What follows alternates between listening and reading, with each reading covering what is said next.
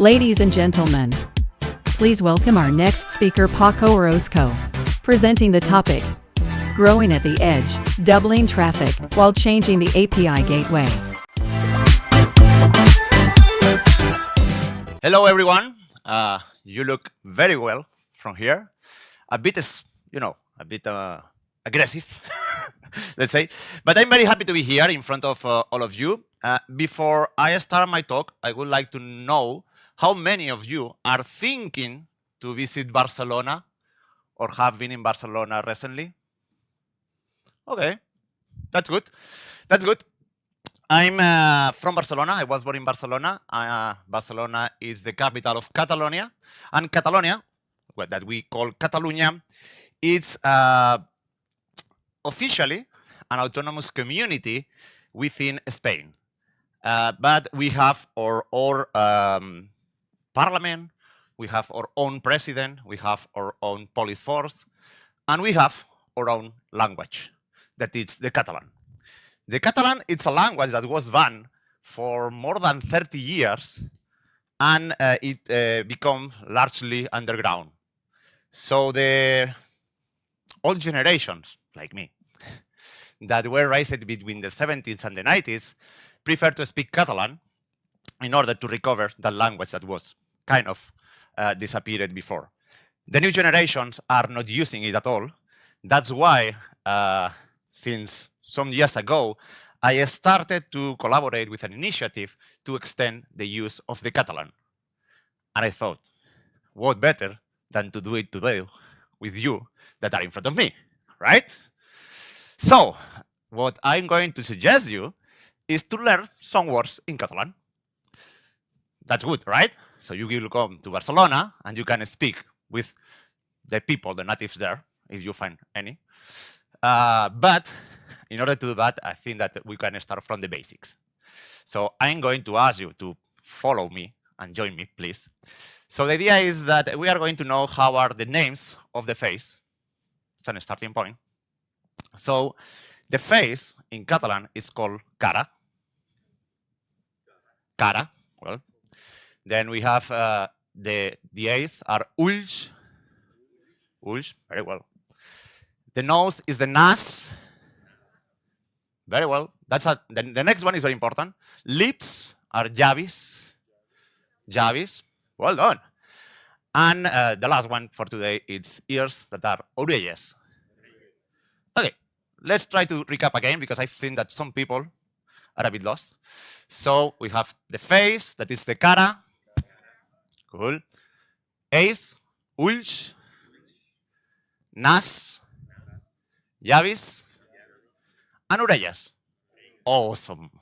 I think that I have the cleverest audience ever. Now, I'm going to try something different. I'm going to indicate one part of my face, and you need to say the name. Don't be shy. I want to feel that you know how this part of the face is named, okay? Ulls. Well done. Perfect. Llavis. Orellas. And big applause for all of you and for your first words in Catalan. So you are prepared to visit Barcelona. So let's come back to the speech. So as I said, I'm Paco Orozco. I'm engineering manager at Adevinta, as you can see. I joined 7 years ago. I'm a product manager and engineering manager of an awesome team that is called The Edge. Whew. I have two friends here, so I hope that they have not brought any rotten tomato to throw at me, but just in case, I will keep some distance. On the non-professional side, I love hiking. This picture is from the Pyrenees, where I spend long weekends hiking and suffering a bit, but then it's enjoyable. And please raise your hand, the ones that knows what Adevinta is and what Adevinta does. Damn. I need to speak to our marketing and hiring departments. Okay, I would decide.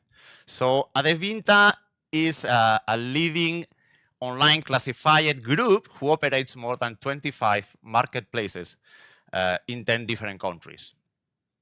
We want to help to find a new, we want to help to find everything and everyone a new purpose. Like we are in the second-hand world where we are trying to, that people can easily sell things, that people can easily find a new job, new houses, new cars, etc. Okay?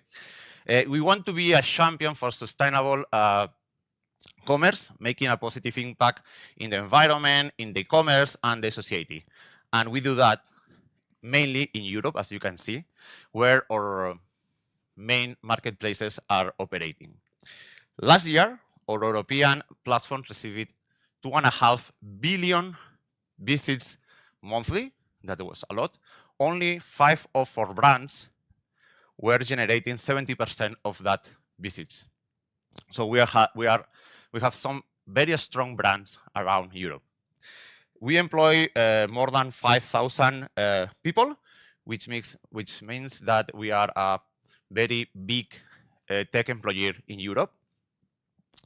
And it's very challenging, but a very lovely place to work and to grow. And in our case, The Edge, please raise your hand. I have 2 friends here from The Edge. The Edge is a team composed by 4 engineers. I have 2 here. The other 2 are the ones that are working. And in our case, we have 2 services that we are in charge. One is the GDPR middleware, or privacy handlers, that is here, and the other is Jams.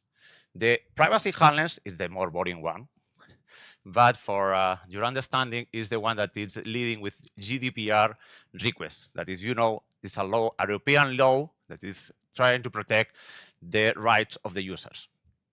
So when a user in one of our marketplaces wants to delete their data or request all the data that we have from there, our service is the one that orchestrates that GDPR request. So we receive the request and we send that request to all the data stores that are the ones that are responsible of deleting the data or taking out the data. Very boring. We are going to put it aside. But the other one is the one that we are going to talk today. It's called Jams. And Jams is the acronym for Your Adevinta Media Service. We are not very good at naming. This service is used by our marketplaces every time that someone wants to publish an ad. Let's imagine that all of us are thinking to sell something. I'm going to sell my laptop. Where is the company laptop? But well, anyway. So I will take some pictures of my laptop. I will publish in one of the marketplaces. I will upload these pictures that are taken with my brand new phone, which means that these pictures have a very good resolution, very good quality, but it means as well that they are very big, very heavy. Okay, so then in the marketplaces, our front ends wants to show that pictures with lower latency, okay, with low latency, and that means with maybe doing some transformation. Our service does exactly that. We offer the possibility to our front ends to transform these images in images that are more optimal to be published on the websites. Easy. Which kind of transformations? We have a lot. This is only some of them, but usually the ones that are more used are resizing the image, cropping the image, adding some watermark, maybe file format change in order to have a format that is more suitable for websites, etc. Lately, we have added some transformations that are powered by AI, like the capacity to remove the background of an image or to hiding some part of the image automatically, like the car plate in case of cars, or the possibility to identify the objects inside the image, so we can use that information in order to improve the search ad parameters or to improve the descriptions of the ad. We work as well with videos and documents, and this service is probably the highest adopted service in the company. Just for some numbers, we are uploading, or they are uploading, around 700 million images every month, and we have around 800,000 requests per day delivering images. Okay, that's quite big. It's quite critical because if you are going to sell or to buy something and you don't have images, probably you are not going to buy it. And this is how we do it. This is the JAMS architecture. So there are a bunch of microservices that we deploy in AWS and Kubernetes. And when a marketplace uploads, let me think. Oh, it works. Perfect. I'm going to put here. Sorry if I'm bugging you. So when a marketplace uploads the images, they use this API gateway that is here, which is in charge of the authorization, authentication, and request preparation to call other services that will be the ones that will store at the end the image in AWS S3 buckets. Okay, that's how the images are reaching our services. We have here at the upper right some services. These are the services that are in charge of these powered AI features.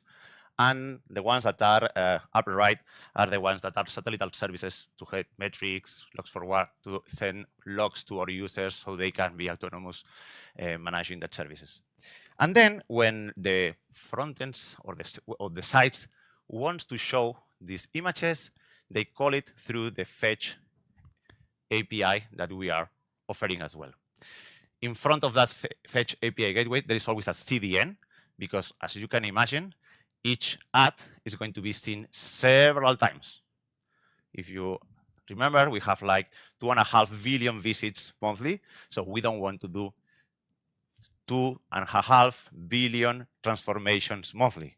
So we cache that transformations inside the CDN and inside the service as well. So then we have a bunch of services that are the ones that are doing these transformations depending on the object type. There are ones for animated GIFs, another one for images, for documents, for videos, etc. Okay. Once this transformation has been done, we cache the result. So the next time that someone is going to call the same object with the same transformation, we already have it, and we save some computing there. All clear till now? And today, what we are going to talk is about these ping API gateways that were the ones that we replaced, and it's what this talk is about. All the services are developed using Java and Golang. We use Spring Boot in Java, and that's important for the continuing with that presentation. So these API gateways were replaced. Are you wondering why? Of course, they were failing. That was the reason. And the reason is that these services were implemented using Zool. Zool is a layer 7 application gateway that is used by Netflix, and it's currently used by Netflix. It's the service that receives all the mobile and website calls in Netflix and then calls the rest of the services, the backend services in Netflix. We were using the same. That was back in 2021, and we were having a lot of problems. These two API gateways were with us since the beginning of the service, more than 7 years ago, and we already detected some problems that we were like working around, like we were like trying to avoid. We were adding technical debt to our backlog, okay, and we were not able to replace at all the service or fix it at all. Okay. Back in 2021, this service was a bit discontinued, and Netflix was using an internal service that they were not open sourcing with the rest of the community. Okay. So we started with them. At some point, they diverged.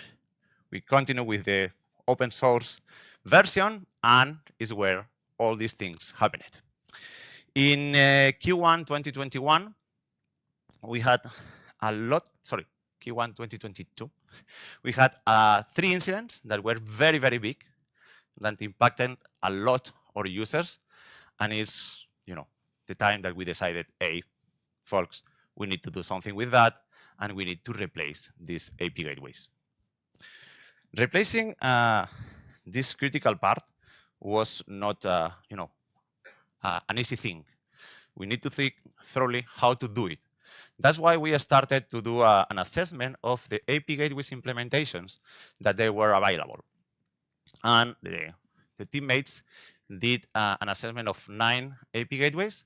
This is a result of that assessment, where we were trying to map the characteristics that we need, the features that we need, with the state of the art on the AP gateways. At the end, we had like 2 finalists, KrakenD and a Spring Cloud Gateway. Remember that we were already using a Spring Boot, and Spring Cloud was a good candidate because it was very aligned with our Java applications that we were deploying. What we decided is to take these 2 finalists and do a POC with each of one.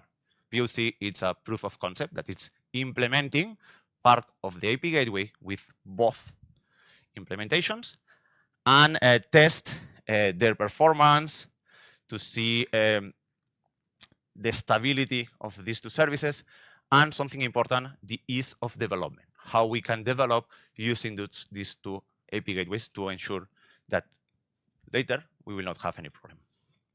After these POCs, the chosen one was KrakenD. KrakenD, who knows what is KrakenD? Good. KrakenD is an open source gateway, which has been proven to be the fastest one. At least this is what they say in their website, and I truly believe. And it uses a declarative language to create the endpoints. So it's YAML files, JSON files that you can configure all the gateway. And it allows a lot of extensions, like plugins that you can add to this AP gateway to customize it at your own taste. It's written in Go, that is one of the preferred coding language in our team. So everything looks good. And for that time, KrakenD joined to the Linux Foundation, which was ensuring the continuity of the project over the time. So at the beginning, they were in a small community. Then once they joined to the Linux Foundation, the community grows a lot. So for us, was like, hey, this service is not going to end tomorrow. So we have a finalist, was KrakenD, that would solve all the problems that we had in our services. But our pleasant implementation or replacement of this AP gateway was kind of hijacked by some company updates.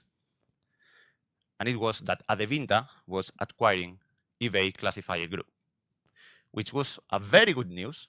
Okay, some of us have stock options of Adevinta, so that was very good. We became the world's largest marketplace, and it means that we were the big player in not only in Europe, we were present in South America, North America, Europe, of course, Africa, and Australia. So we were everywhere. Okay, that was very good news for the whole company. We did this acquisition, and everybody was very happy. But that update is the one that made me be today here. Because that means as well that all the marketplaces that we bought with that acquisition should onboard in YAMS.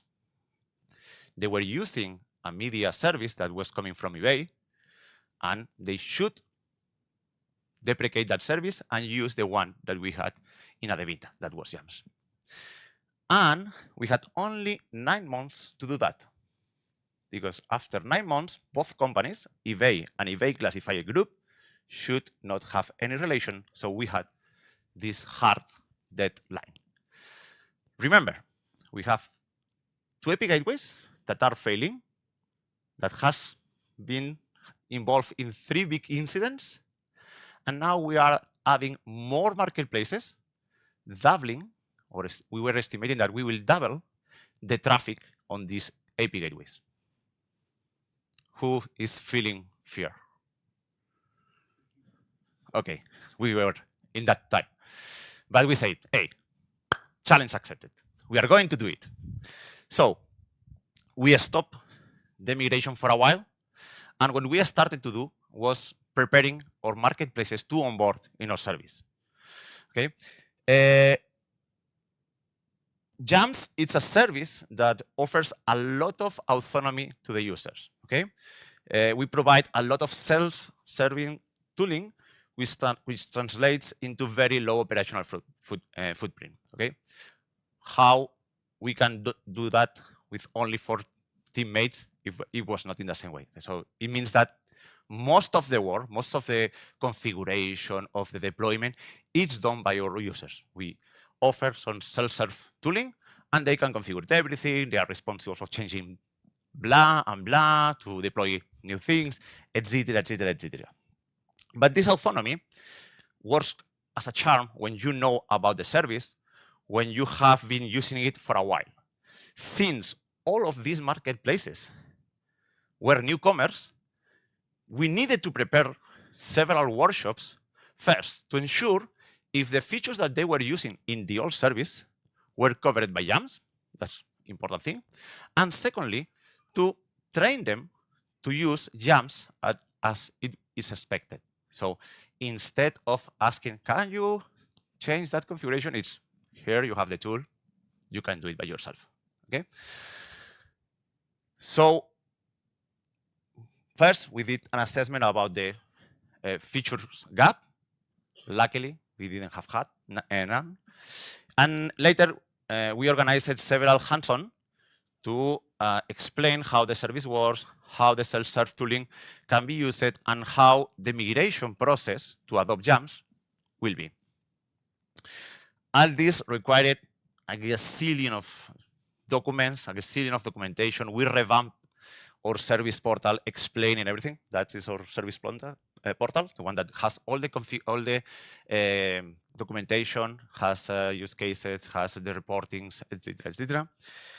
That work implied more than 60 people to think about the migration, because of course each marketplace has their own IT team, so we need to onboard and engage them, etc. Okay? And after preparing all these steps is where our new colleagues can start thinking how to do the migration, how to prepare themselves to do this. And we continue with the API gateway replacement, because again, remember, we were failing with our current traffic, but we wanted to add the traffic again, so 2 times the traffic that we had. So that was the recipe for failure, for sure. So what we decided is we implemented both API gateways using Kraken, and then we decided to start the migration of one of the API gateways, and we will use the fetch API gateway. Can anyone knows why the fetch and not the management? No? So we started with the fetch because if you remember the map that I showed at the beginning, the fetch has a CDN in front of it. So any downtime in the fetch could be somehow fixed by the CDN. So we thought that that was the best and less risky approach. So we planned a very straightforward replacement that was using the new gateway with canary releases. Okay. Do you know what is a canary release? Okay. I think that it's important to stop here and to show you how we release code in production. So this is our releasing pipeline, more or less. Okay, it's a simplification, but we have our code in GitHub. Every developer, when they need to do a change, make a branch, work on the branch. At some point, they send a pull request. That this pull request automatically will execute some unit tests, some integration tests, and will ask for approval of other members in the team. Okay, to ensure that the variables names are correct. Once everybody has approved well, not everybody, but at least 2 people has approved this pull request. We merge it to the main branch. The main branch will trigger the deployment, and we will run again unit and integration test.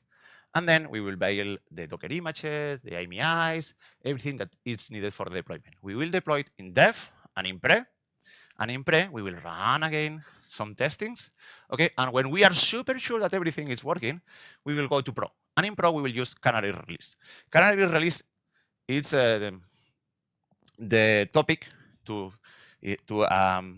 name when you have a lot of instances in production and you replace only few of them with the new code, and you start watching how they behave, and if they are like increasing the latency or they are producing a lot of errors. It's a, we'd say, safe way to put something in production. And that's what we thought to do. So, we are going to deploy our new fetch gateway using the brand new KrakenD that is going to fix our problems while everybody is onboarding, and that is going to be easy. I have one of my teammates that the word easy is the default word that he can throw when you put a challenge in front of him. But that straightforward plan became a bumpy, curvy mountain road with a lot of problems. Okay, so basically we were forced to do 7 deployments, which means 6 rollbacks. And this is what this talk is about. So of course, we didn't success at the beginning. We encountered a lot of problems that we had to fix. So we ended deploying 7 times, and we had to deal with very high CPUs where we were deploying, because the way that we were logging in our service was not the right one with the new AP gateway. There were other errors that were produced because some headers that we were using in the service were not there, were not implemented. We forgot.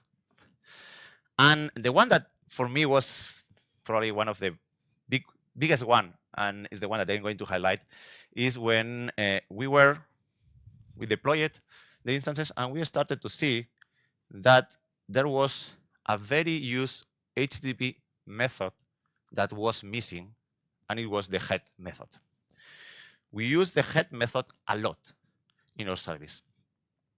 And we were expecting that all modern AP gateways will implement all the HTTP methods, but that was not true.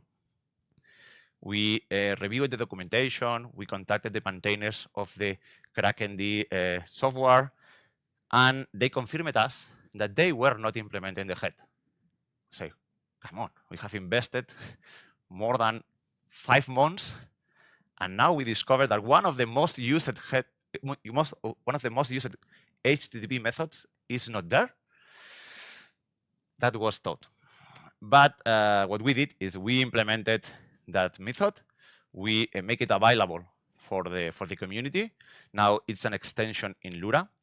It's worth to mention that Lura and KrakenD are the same base code, but KrakenD is the commercial version. So you can use KrakenD for free, but if you want, they can offer you commercial support and some extensions that are paid. So we ended having an AP gateway that was not Lura, was not KrakenD, was the JAMS gateway. This gateway is the one that we are using. It's fully compatible with Lura, so every time that the community fix something or launch a new feature, we can adopt it because the differences are very, very few ones. So once we fixed that big problem, we did it. So we were super happy. You could be super happy with us because we had a fetch gateway that was working, that new marketplaces were onboarding, and we saw the metrics and everything looks like, hey, we nailed it. So it was time to go to the next one, the management gateway. We have deployed 7 times the fetch gateway. We knew a lot about this gateway now. we improve our troubleshooting skills with the new gateway. So deploying the management gateway should be as easy as, whatever you want to put at the end of the sentence. So we plan it again a canary release, replacing only some instances to have only percentage of the traffic. And we did the same that we were expecting in the Fed gateway. And of course, we failed miserably. So new 5 deployments, new 4 rollbacks, new 4 incidents. Some of the incidents were, as weird as putting a run timeout configuration that was making that the calls could not be completed before the timeout that we set, which was like, hey, why we have set this low number instead of one bigger? Well, Then CM, it's one of our authorization services. So we put a run configuration that was making that the calls cannot be authorized. So all the calls were failing, basically. The third one is that the new gateway was dealing with the trailing slashes in a different way than the previous one. And in some cases, that was failing.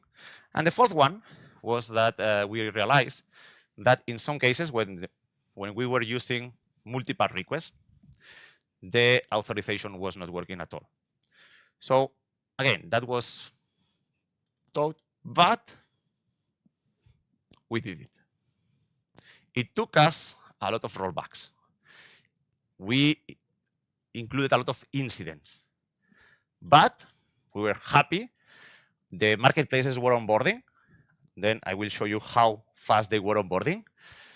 And we were seeing the metrics and everything was good. I need to feel, that your engagement with that. So probably you have been in projects that has been successful without causing 10 incidents. We were there, okay? And this is what we got. After replacing both IP gateways, the new code was using less CPU, half of the CPU, to be honest. This means fewer instances and with the same traffic, which means that we were allowed to reduce the number of instances, which reduce the cost. Remember that we are paying AWS, so that's how it works. The Lura Kraken-D, or now Jams gateway, was able to reach more requests in parallel. So we were having like 17,000 requests per second, while the old Sul gateway could handle only 2,000 requests. Okay. Last week we reached 60,000 requests per second with that gateways. The logs we had, if you remember, one of the problems that we had at the beginning is that the request IDs were lost during the old Sul gateways. So now the logs were consistent. We have all the information that we were able. We can trace all the requests using that request IDs.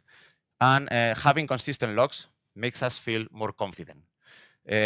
After 10 incidents, as I said before, we were better troubleshooting the new API gateway. And given that the whole team was working in a new API gateway at the same time, we broke some silos that we had before, because of course before they were like the expert in Zul and the rest were like trying to catching up with him. But at that time we were all of us in the same level. Okay, that was a very good benefit at all. And we did that while all the marketplaces that you saw at the beginning were onboarding. We doubled the traffic. We had 3 times the traffic that before. We had double the number of marketplaces onboarded in our service while we replaced that, while we were creating new features that were demanded by your users. So that was a very, very, very complete year. Here you can see, for example, how the fetch gateway was behaving before and after. Okay, that's the difference between using the Kraken-D or not using it. As you can see, I don't know if you can read it from there, but the blue line on top is half. So it's double that the one that are below. This is how our KPIs were increases since the beginning to the end. So we multiply by 4 the number of requests that we were receiving, by 4 the number of new uploaded images monthly that we were receiving. And as I said before, how this onboard was done, it was, like an exponential growth. So here, more or less, in December is where we started to deploy the first fetch gateway.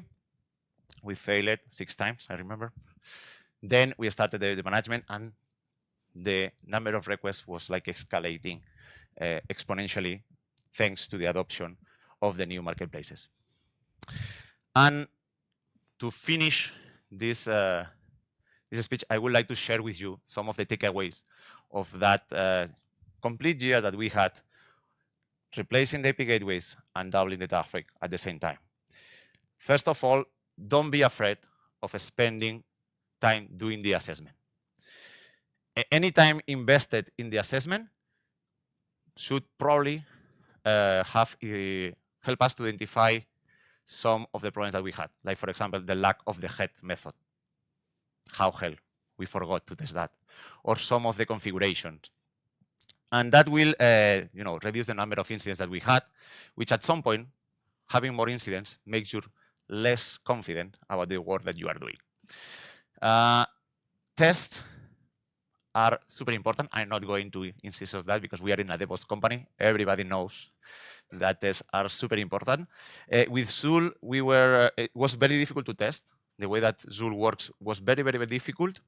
And we had like a test coverage around 60% of the use cases. Now we are 96%, which means that every time that we need to do a refactor, a deployment, we are more confident, we are more relaxed, we can do it every time, every hour during the day. The next one is about logs and metrics. For me, that's very important. Logs and metrics are vital for your work. Why? Because if not, you are blind. And if you are blind, you don't know what is happening, what is going on, what is growth, what is work. So we treat logs and metrics as first-class citizens. It means that in every change that we do, we think about the logs and the metrics. The next one is another one that is usually said. It's communicate the changes with your users. Even that you think that they are going to be transparent, communicate it. So over-communicate.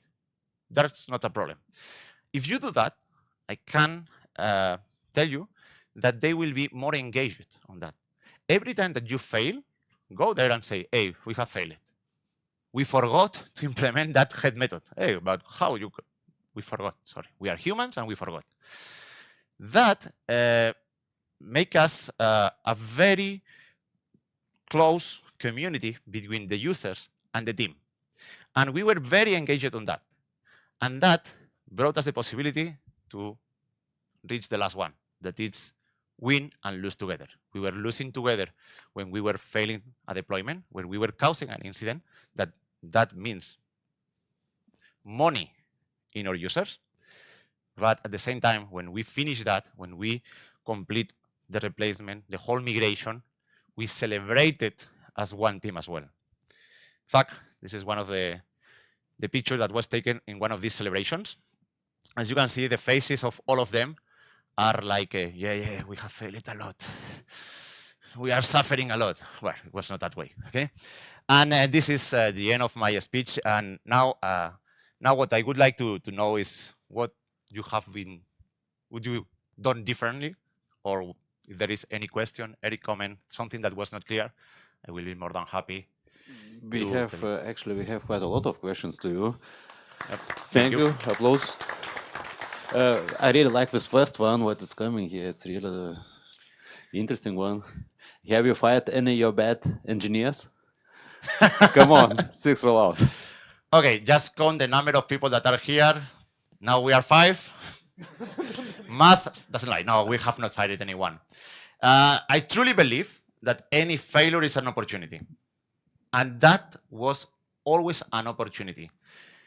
If we were not failed so much, we for sure have not been engaged with our customers.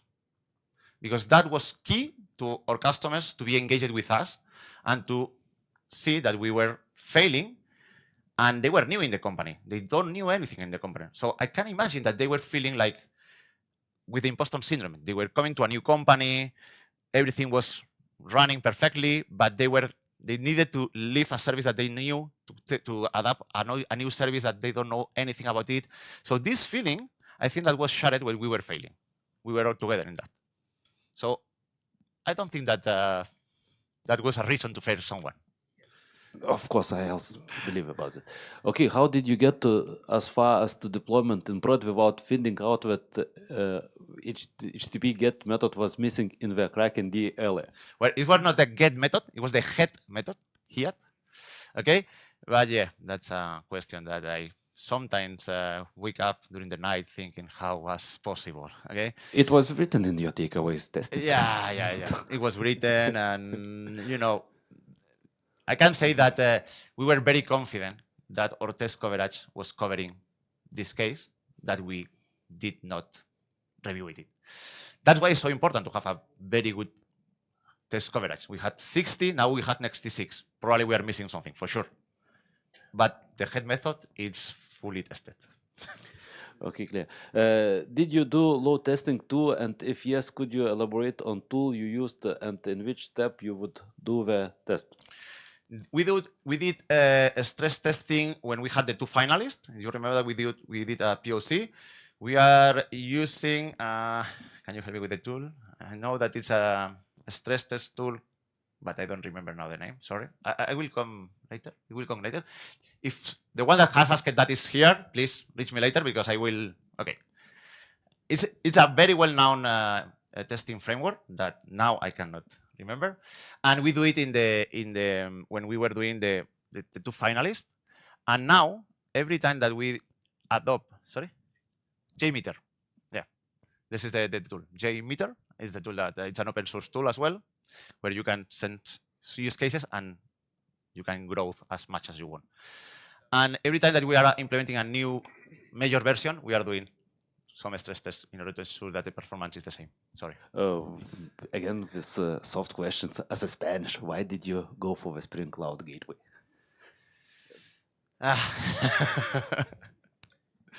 Well, because it was not the best. So we thought that that would be the finalist because we were using a Spring Boot and it was the natural way to implement that. And that was the thing. If you saw in the matrix, it was not generally available. It was still in beta, release candidates, and so on. So we thought, okay. And once we tested it, it does not behave on the other one. Okay. Again, maybe that's data from 2022. Now everything has changed. Now Netflix Joule is very good because they have reached a new version, and it's probably another time to review it. Okay, some of the questions was already answered here. Why you have 2 API gateways? So yeah, we have 2 API gateways basically in order to be able to deploy one or the other, because they are doing 2 totally different things, even that they are the same API gateway, but ones have authentication, the fetch gateway has no authentication. So they are very different, even that they call API gateway and they use the same framework to be implemented. They are so different. That was one problem that we had before, that the Joule gateway was deployed twice, which means that every time that we wanted to change something in the fetch, we were deploying the management as well, which makes us to run a risk that we don't want to run again. That's why we have to separate API gateways. One more lovely question. Is Kraken as stable as you expected before the migration? What were challenges related to the new gateways are you trying to solve now? Kraken is super stable. It's rock solid. You can send a lot of requests and it will stay there. Okay.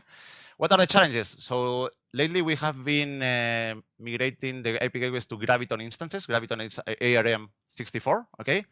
That we have found a lot of problems there, and I think and more now what we are trying is to reduce the cost, to make them more optimal, etc., etc. I think that this is the end of our time, but Paco, you are really popular today, so don't be shy. Please connect to Pasco. He has really nice blue T-shirt. It's really easy to recognize him. And I would like to say thank you and warm applause to Mr. Pasco. Thank you very much. Yes, Thank you very much. Thank you.